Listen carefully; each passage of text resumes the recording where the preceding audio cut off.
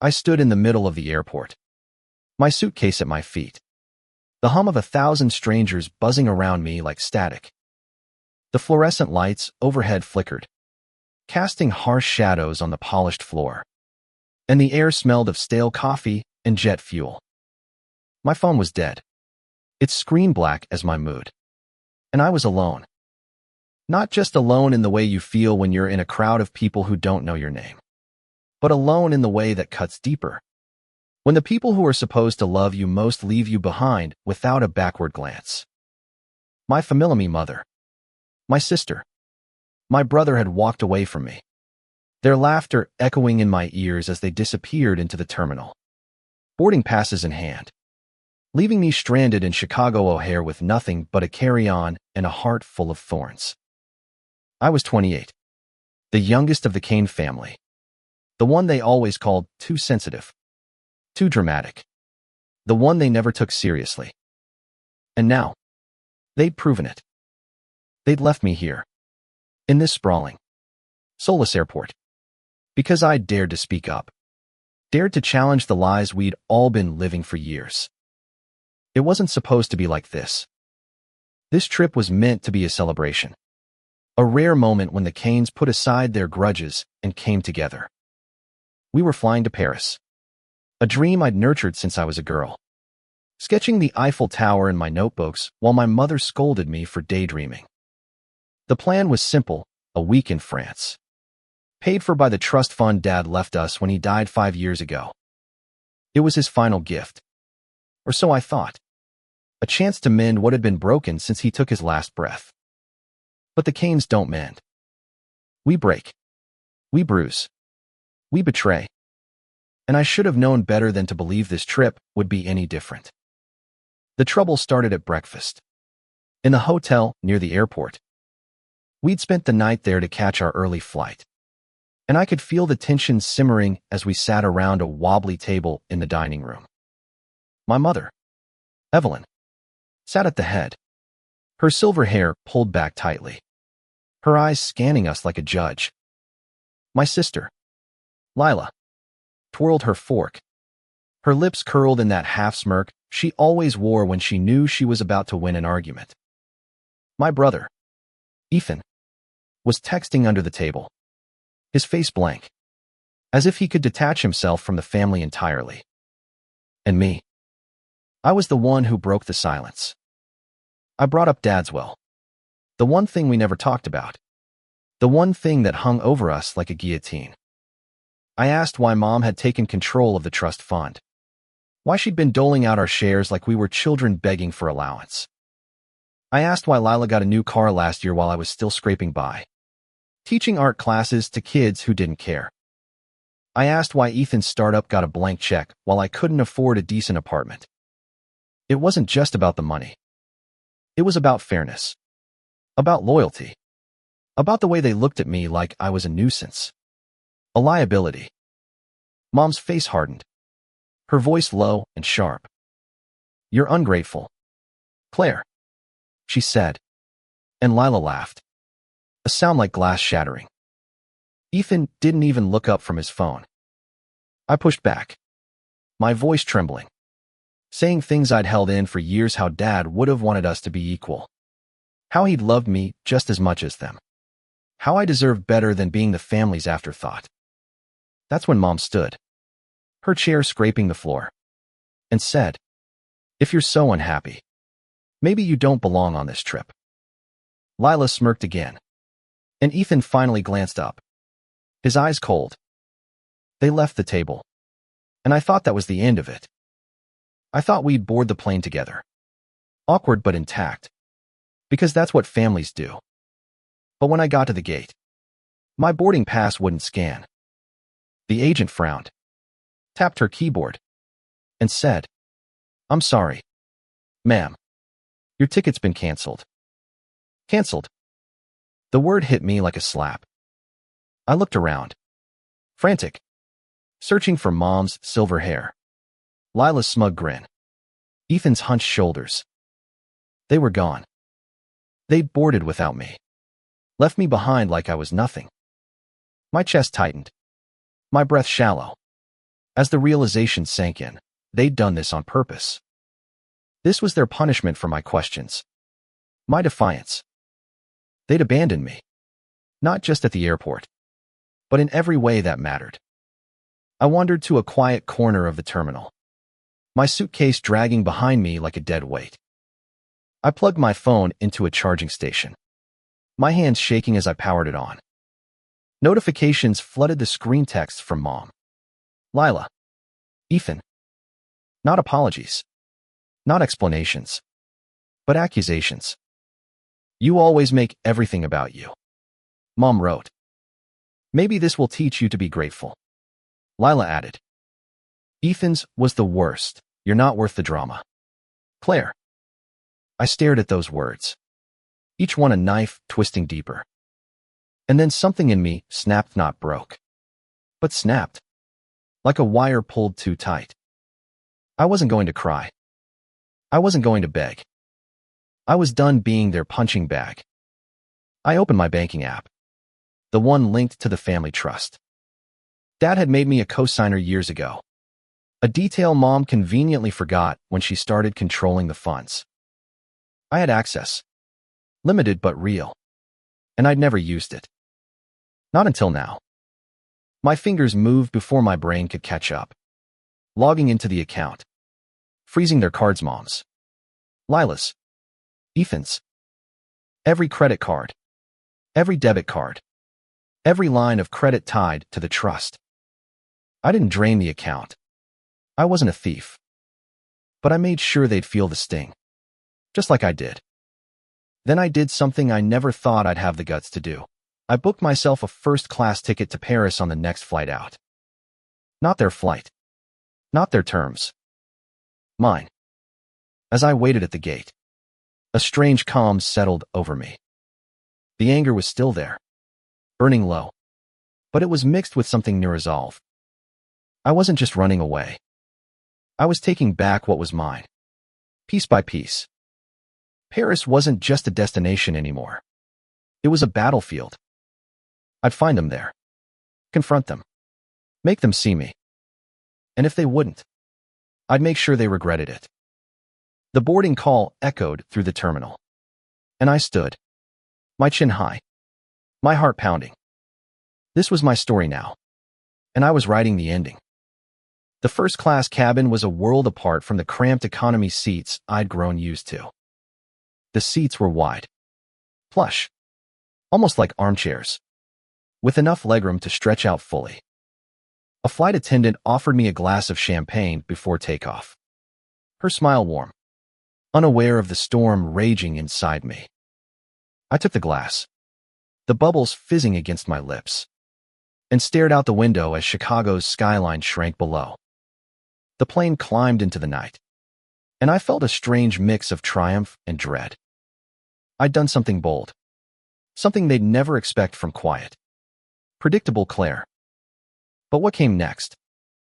I hadn't thought that far. All I knew was that I was heading to Paris, to the same city where my family thought they could leave me behind.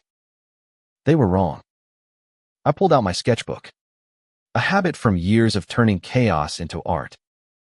My pencil scratched across the page, drawing sharp, jagged lines that became the outline of an airport terminal, empty except for a lone figurine, or someone like me, standing defiant.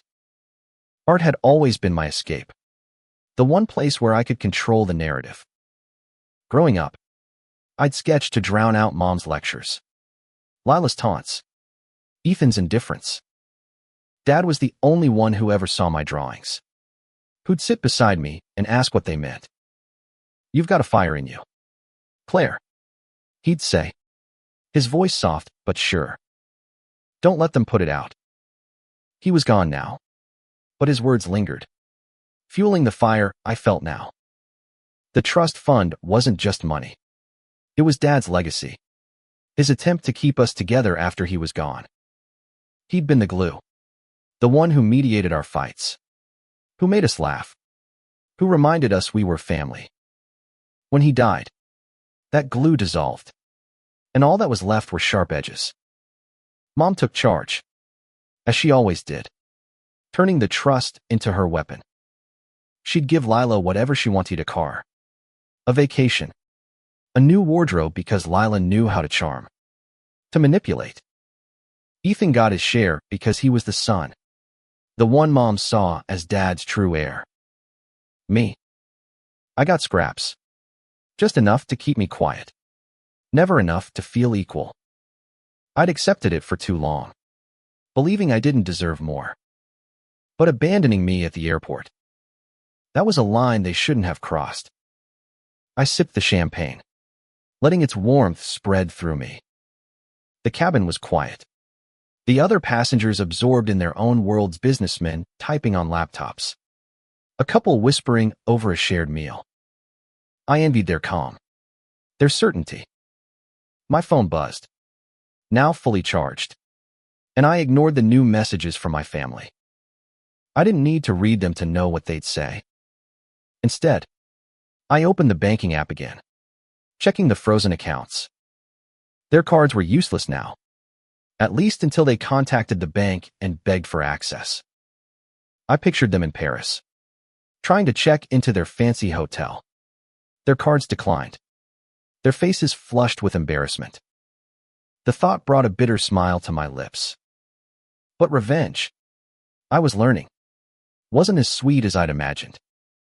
It felt good, yes, but it was hollow, like eating candy when you're starving.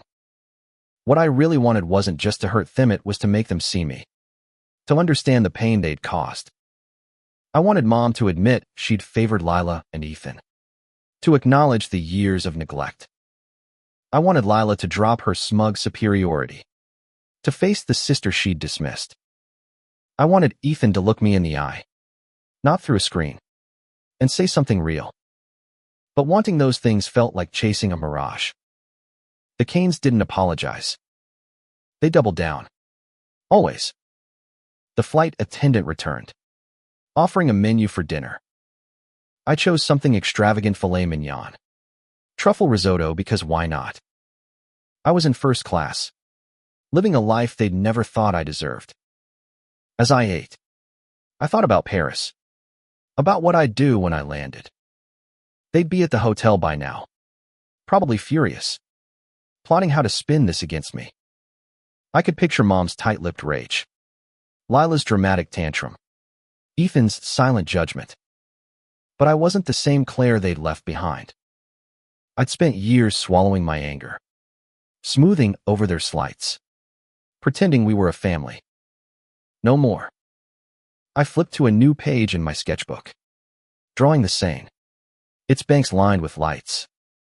I imagined myself there, not as their shadow, but as someone whole, someone free.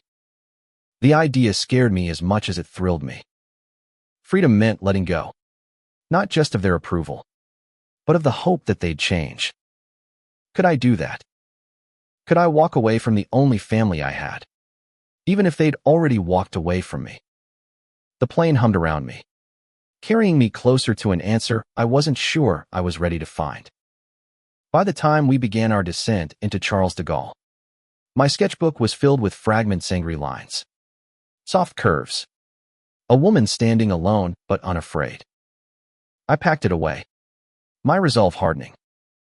They thought they could erase me, but I was coming for them. Not just for revenge, but for something bigger: justice. Maybe. Or truth. I'd find them in Paris, and I'd make them face me. And if they wouldn't, I'd build a life without them, one first-class ticket at a time. Paris greeted me with a drizzle, the kind that clings to your skin and makes everything feel heavier. I stepped out of the airport into a city I'd dreamed of for years, but the romance of it was muted by the weight in my chest. My first-class ticket had gotten me here, but it couldn't erase the fact that I was alone, chasing a confrontation I wasn't sure I could win. The taxi ride to the hotel was quiet, the driver humming softly to a French song on the radio. I stared out the window, watching the city blur past cobblestone streets, glowing cafes, couples sharing umbrellas. It was beautiful, but it felt like someone else's story, not mine. Mine was messier, sharper, full of edges that cut. The hotel was a boutique affair in the Marais. All cream-colored walls and chandeliers. The kind of place Mom loved to flaunt. I'd found their reservation in the trust fund's transaction, Historia 5-star stay.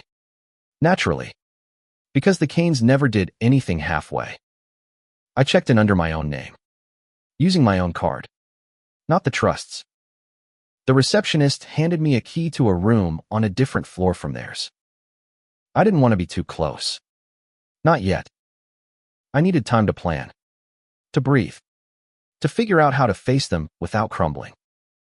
My room was small but elegant, with a view of a narrow street where a man played an accordion under a street lamp.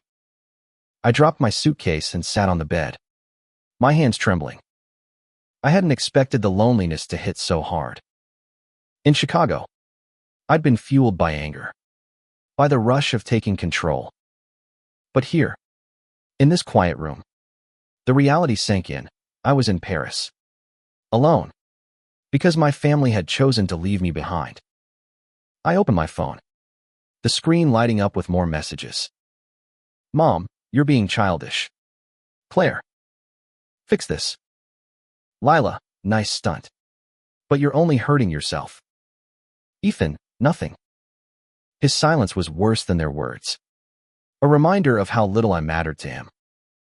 I didn't reply. Instead, I pulled out my sketchbook, drawing the accordion player outside, his notes floating like ghosts in the rain. Art was my anchor, the one thing they couldn't take from me. I knew they'd be downstairs by now, probably in the hotel bar, sipping overpriced wine and pretending nothing was wrong. I could picture Mom's composed smile, Lila's exaggerated gestures, Ethan's distracted nod. They'd act like I didn't exist, like I'd never existed.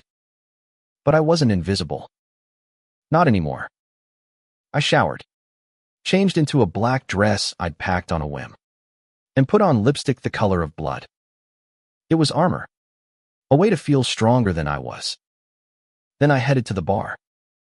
The room was dimly lit, all velvet and gold, with jazz drifting from hidden speakers. They were there, just as I'd imagined, at a corner table. Mom's posture was rigid, her glass untouched. Lila was laughing too loudly, her eyes darting around as if she knew something was off. Ethan stared at his phone, his face unreadable. I stood in the doorway, my heart pounding, waiting for them to see me. They didn't. Not at first. I took a step forward, then another, until I was close enough to smell Lila's perfume, sharp and floral. That's when Mom looked up, her eyes widening for a split second before narrowing. Claire, she said, her voice cold but steady. So you made it after all. Lila's laugh cut off, her mouth twisting into a smirk.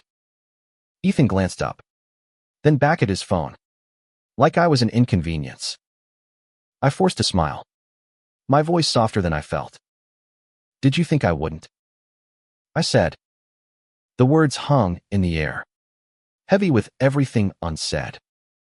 Mom's lips tightened, and she gestured to an empty chair. Sit, she said, like she was granting me permission to exist. I didn't move. I froze your cards, I said, my voice low but clear. All of them. The trust fund's locked until I say otherwise. Lila's smirk vanished, replaced by a flash of panic. Ethan's head snapped up, his eyes meeting mine for the first time. Mom's face didn't change, but her fingers tightened around her glass. You're playing a dangerous game, Claire, she said. I leaned in, just enough to make them uncomfortable. You started it, I said, when you left me at the airport. The silence that followed was deafening. Lila opened her mouth, then closed it, her cheeks flushing. Ethan's jaw clenched, but he said nothing. Mom stared at me, her eyes like steel, but I saw something flicker in them, fear. Maybe. Or guilt. I didn't care. Not yet. I turned and walked away, my heels clicking on the polished floor, my heart racing. I'd wanted them to see me, and they had. But it wasn't enough. Not yet. Back in my room, I sat by the window, sketching the street below.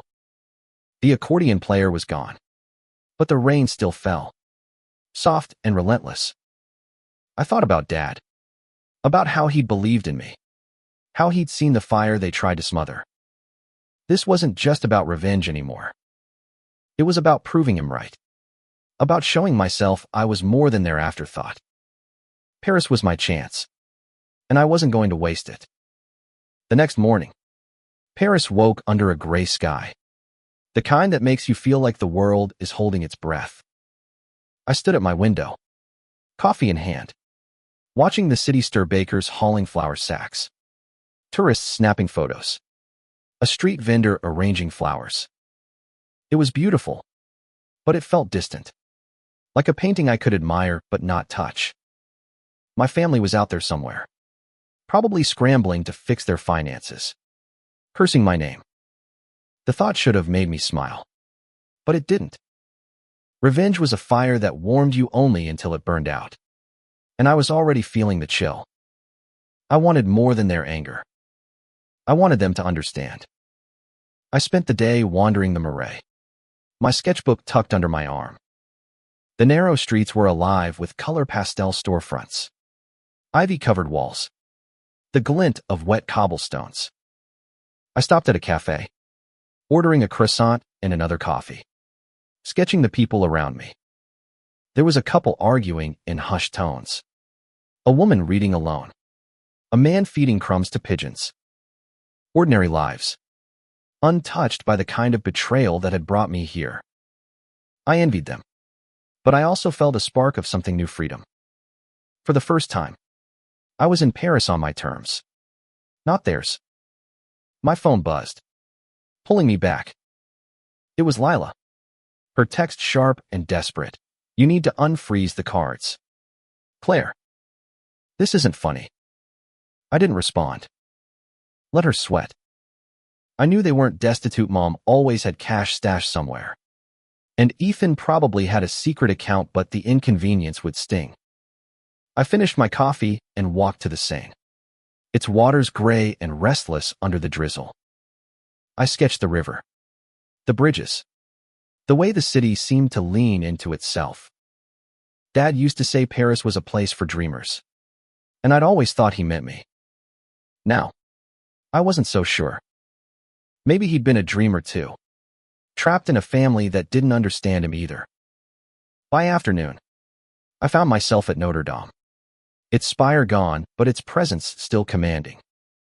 I sat on a bench, sketching its arches, when I heard footsteps behind me. I didn't need to turn to know it was Ethan. His silence was unmistakable, heavy with judgment. "You're really doing this?"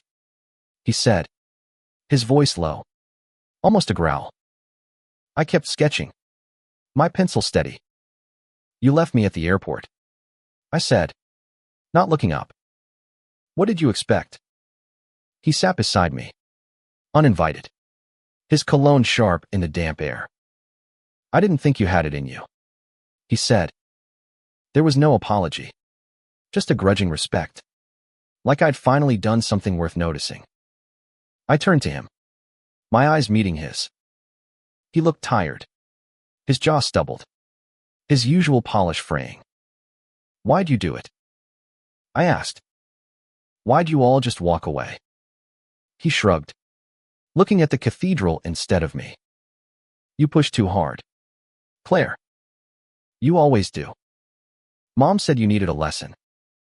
"A lesson?" The word twisted in my gut. "And you just went along with it," I said, my voice sharper than I meant. He didn't answer, just stared ahead, his silence louder than any excuse. I stood, tucking my sketchbook away. "I'm not your punching bag anymore," I said. "You want your cards back? Talk to Mom. She's the one who started this."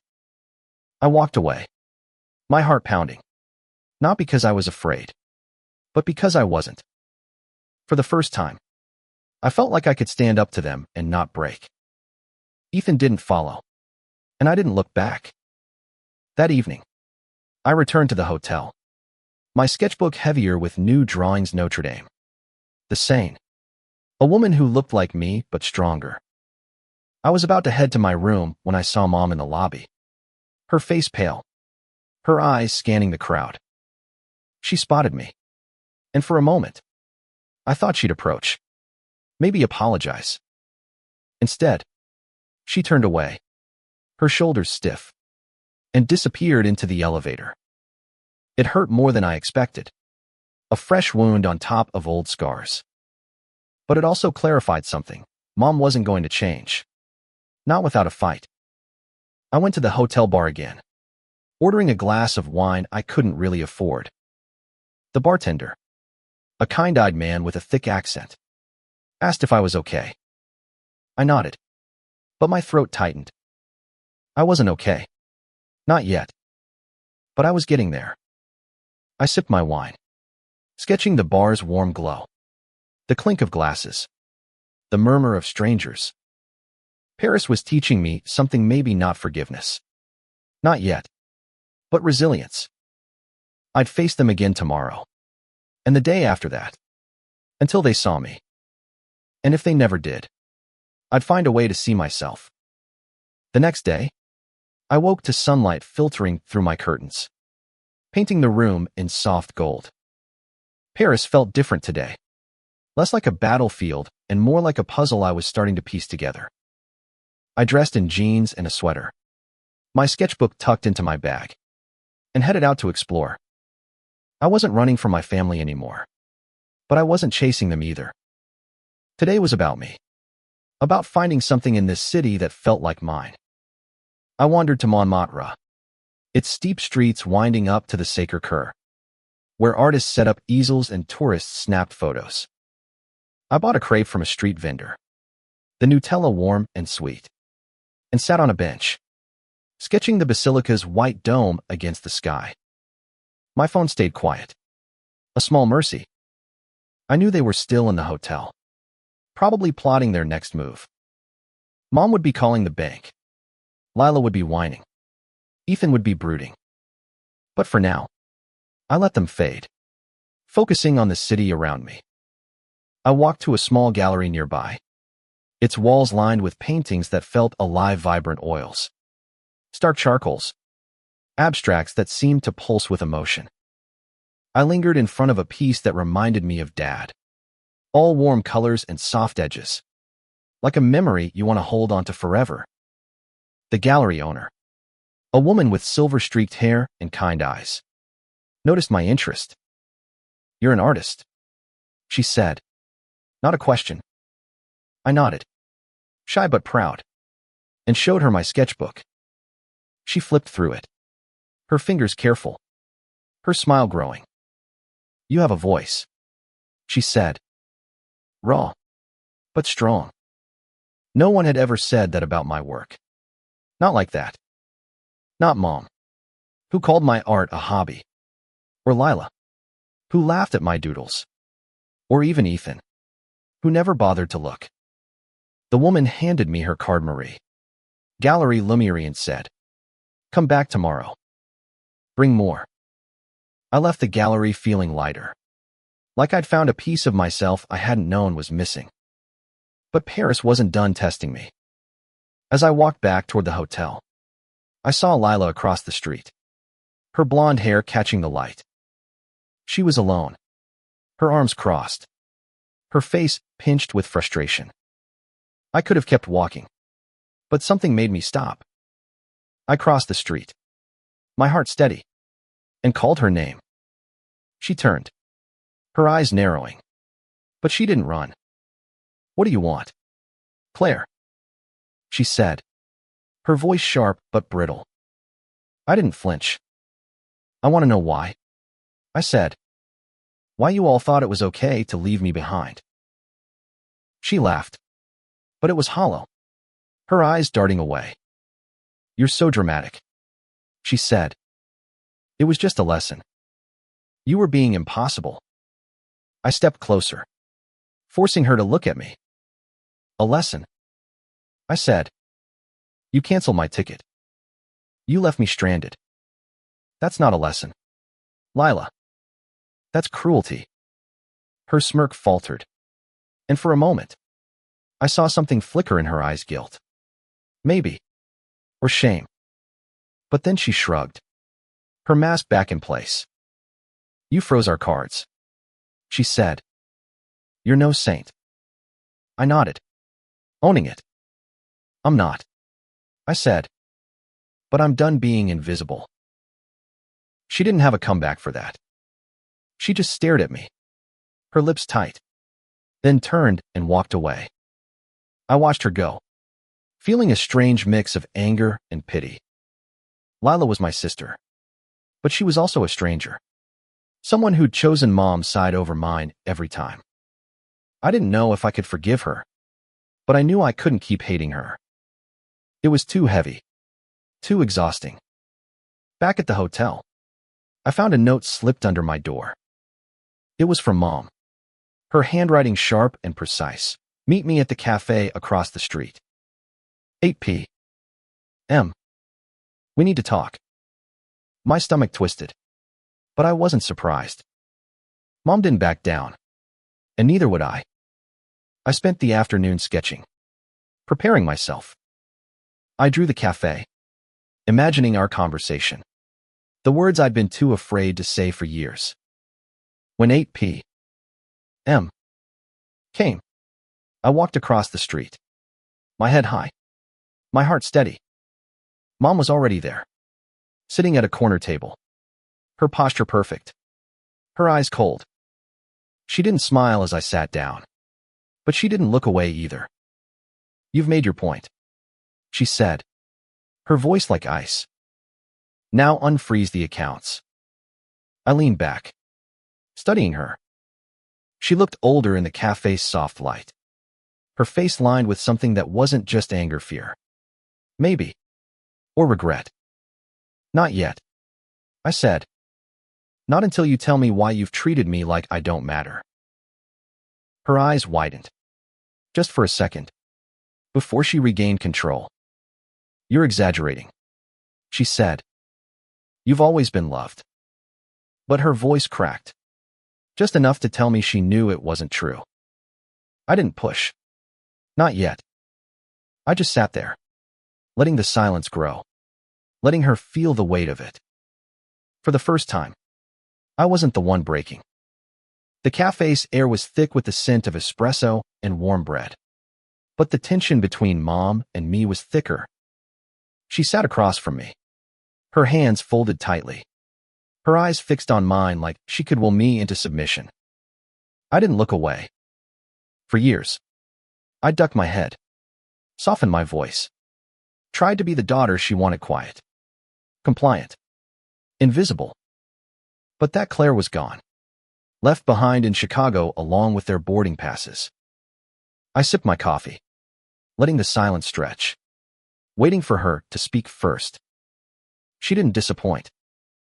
You're making a mistake, she said, her voice low, controlled, but with an edge I hadn't heard before. You think you're punishing us, but you're only hurting yourself. I set my cup down, my hand steady. You hurt me first, I said. You left me at the airport. You canceled my ticket. You chose them over me, like always. Her lips parted, but no words came. I leaned forward, my voice soft but sharp. I want to know why. Why I've always been the one you push away. She flinched, just enough for me to notice.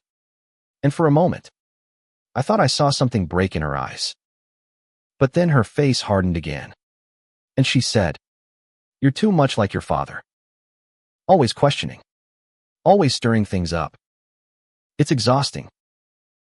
Her words hit like a punch, but not because they hurt. They were a key, unlocking something I'd always suspected but never named. Dad had been the dreamer, the one who challenged her, who saw the world differently. And I was his daughter, not just in looks, but in spirit. Is that why you punished me? I asked. Because I remind you of him. She didn't answer. But her silence was answer enough. I felt a pang of grief. Not for her, but for Dad.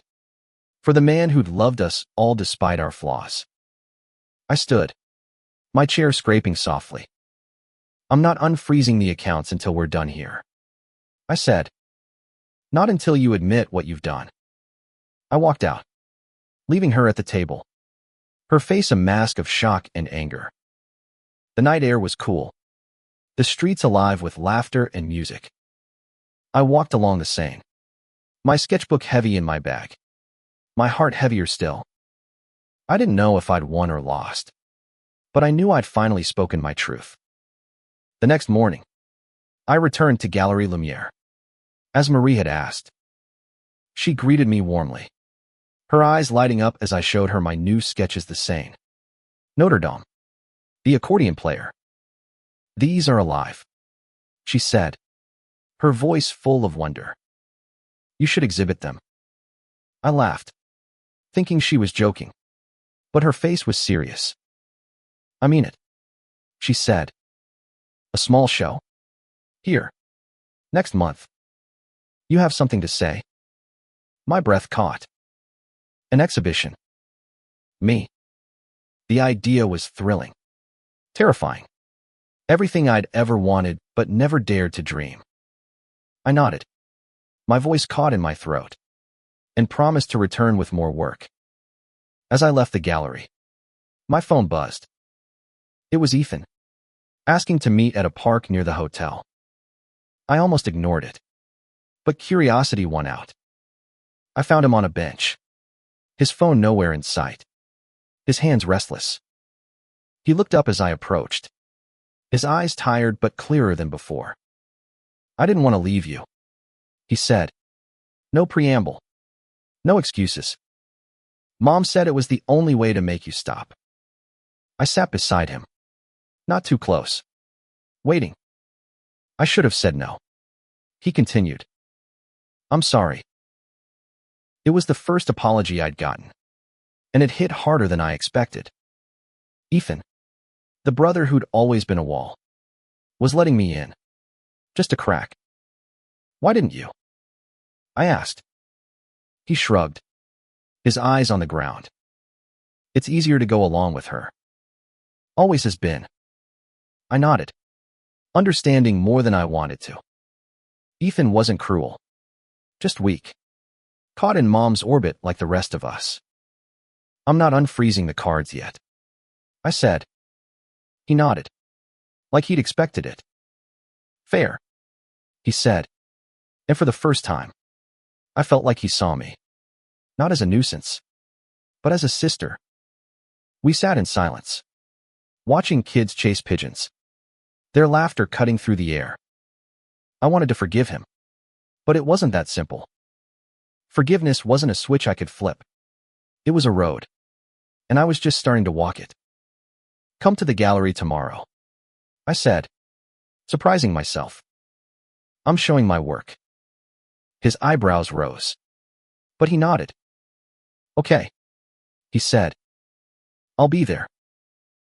I left the park feeling lighter, not because everything was fixed, but because something had shifted. Ethan's apology wasn't enough, but it was a start. I spent the rest of the day sketching, losing myself in the lines and shadows, finding pieces of myself in every stroke. Paris was changing me, or maybe I was finally letting myself change. The gallery was quiet when I arrived the next morning, the air cool and still, smelling faintly of paint and old wood. Marie was there, arranging frames on the wall, her movements precise but warm. She smiled when she saw me, gesturing to a corner where she'd set aside space for my sketches. This is yours, she said, her accent soft but firm. Make it sing. I spent the day preparing, choosing drawings that felt like pieces of my soul. The airport, the Seine, the woman who was me but braver. Each one was a story, a fragment of the pain and hope I'd carried to Paris. I worked in silence, my hands steady, my heart racing with a mix of fear and pride. This was mine, a space where I wasn't the Kane's afterthought, but Claire, the artist, the dreamer. By evening, the gallery was alive with soft chatter and clinking glasses. Marie had invited a small crowd, local artists, a few collectors, friends of the gallery. I stood by my sketches, my black dress swapped for a simple blouse and jeans, my hair loose. I felt exposed, like my heart was pinned to the wall alongside my work. But I also felt alive. People paused at my drawings, their faces thoughtful, some whispering to each other, others nodding at me with quiet respect.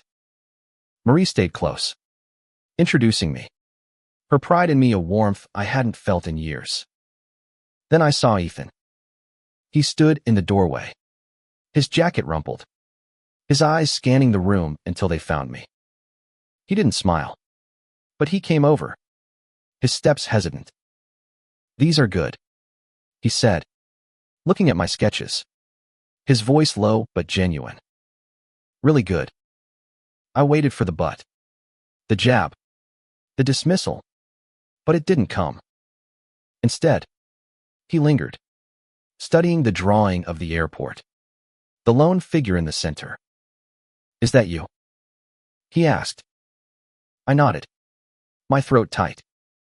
"It's how I felt," I said. He didn't say anything for a moment, just nodded, like he was seeing me for the first time. Before I could say more, I saw Lila enter, her heels clicking, her dress too perfect for a gallery like this. She didn't approach, just stood by a painting across the room, her arms crossed, her eyes darting to me then away. I excused myself from Ethan and walked over, my heart steady but my stomach in knots. "Why are you here?" I asked, my voice calm but firm. She shrugged, her lips tight. "Ethan said you were showing your stuff." I was curious. Curious. Not proud. Not sorry. Just curious. I swallowed the hurt, focusing on the crowd around us. "What do you think?" I asked, gesturing to my sketches. She glanced at them, her expression unreadable. "They're fine," she said, but her voice lacked its usual venom. I could have pushed, could have demanded more, but I didn't. Lila was here, and that was something, even if it wasn't enough. I turned back to the crowd, letting their murmurs wash over me, their praise a balm for wounds I'd carried too long. Marie sold one of my sketches that night, a small one. The saying at Dusto, a collector who said it, captured something true. I felt a spark of joy, pure and untainted, the kind I hadn't felt since Dad was alive. After the gallery closed, Ethan and Lila lingered outside, the night air cool and sharp. "Mom wants to see you," Ethan said, his voice quiet. "Tomorrow, at the hotel. She's ready to talk." I nodded, not trusting my voice. Lila didn't say anything, just looked at me, her eyes softer than before, but still guarded. I wondered if she'd ever apologize, if she'd ever see me as more than the sister she loved to hate. I didn't know, but I was starting to realize it didn't matter as much as it used to. Back in my room, I sat by the window, sketching the gallery, the faces, the feeling of being seen. I thought about Mom, about what she'd say tomorrow, about whether I could forgive her. I wasn't sure, but I knew I was stronger now, not because of revenge, but because of what I'd found in Paris art. Purpose, a voice. I'd frozen their cards to hurt them, but I'd booked myself first class to save myself. And maybe, just maybe, that was enough. The hotel lobby was quiet the next morning, the chandeliers casting soft light on the marble floor. I sat in a plush chair, my sketchbook closed in my lap, waiting for Mom. She'd chosen a public place, neutral ground, but it felt like a stage, every move calculated. When she walked in, her silver hair gleaming, her posture rigid, I felt the familiar pull to shrink, to soften, to be the daughter she wanted. But I didn't. I stood as she approached, my eyes meeting hers, steady and unafraid. She sat across from me, her hands folded, her face a mask of control. "You've made your point," she said, her voice low, almost weary. "Now let's end this." I didn't speak. Not yet. I let her words hang. Let her feel the weight of them. "And what?" I said finally. "Your lesson. Your control. Or the way you've treated me like I don't belong." Her eyes flickered, but she didn't look away. "You're my daughter," she said, as if that answered everything. "But you've always been difficult, Claire. Always pushing. Always wanting more." I leaned forward, my voice calm but sharp. "I wanted to be seen," I said. "I wanted to be loved, not tolerated. You left me at the airport. You chose them over me. Why?" For the first time, I saw her falter, her hands trembling slightly. "I thought it would make you stronger," she said, her voice barely above a whisper. "I thought you needed to learn." I laughed, a sound that surprised us both, bitter and raw. "Learn what?" "That I'm not worth keeping." She flinched, and I saw something break in her eyes: guilt, regret, something she'd buried deep. "I was wrong," she said, the words heavy, like they cost her something vital. "I'm sorry." It wasn't enough. Not really. But it was more than I'd expected. I nodded, my throat tight. "I'll unfreeze the accounts," I said. "But this doesn't erase what you did." She nodded, her face pale, her eyes wet. "I know," she said. "I want to try, Claire. I want to be better." I didn't know if I believed her, but I wanted to. I wanted to believe in the possibility of us, of a family that could heal. Later that day, I met Ethan and Lila at a cafe by the Seine. Ethan was quiet, his apology from the park still lingering between us. Lila was less guarded, her eyes softer, almost curious. "Your sketches were good," she said, her voice hesitant, like she was testing new ground. "I didn't know you could do that." It wasn't an apology, but it was close. A crack in her armor. I nodded, accepting it for what it was. "There's a lot you don't know about me," I said, not unkindly. We sat together, the three of us, watching the river flow. The silence not comfortable, but not hostile either. I thought about Dad, about how he'd wanted us to be a family, not a battlefield. I thought about Paris, about the gallery, about the woman I was becoming. I'd come here for revenge, but I'd found something else myself. I didn't need their approval anymore, not the way I used to. But I wanted them in my life, flawed and broken as we were, because they were mine. The next day, I unfroze the accounts, my fingers lingering on the screen, a final act of control before letting go. I didn't need to hold on to the anger anymore. It had served its purpose. I booked a flight home, not first class this time, but on my terms. I'd return to Chicago, to my art, to the life I was building. Marie had promised to keep in touch, to help me plan the exhibition. I had a future now, one I could see clearly, one I could draw with bold, unbroken lines.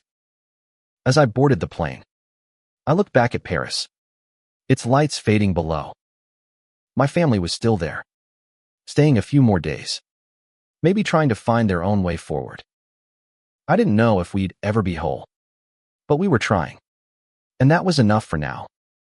I opened my sketchbook, drawing the city one last Tamiya woman standing on a bridge, her face turned to the sky. Free. I was Claire Kane, and I was enough.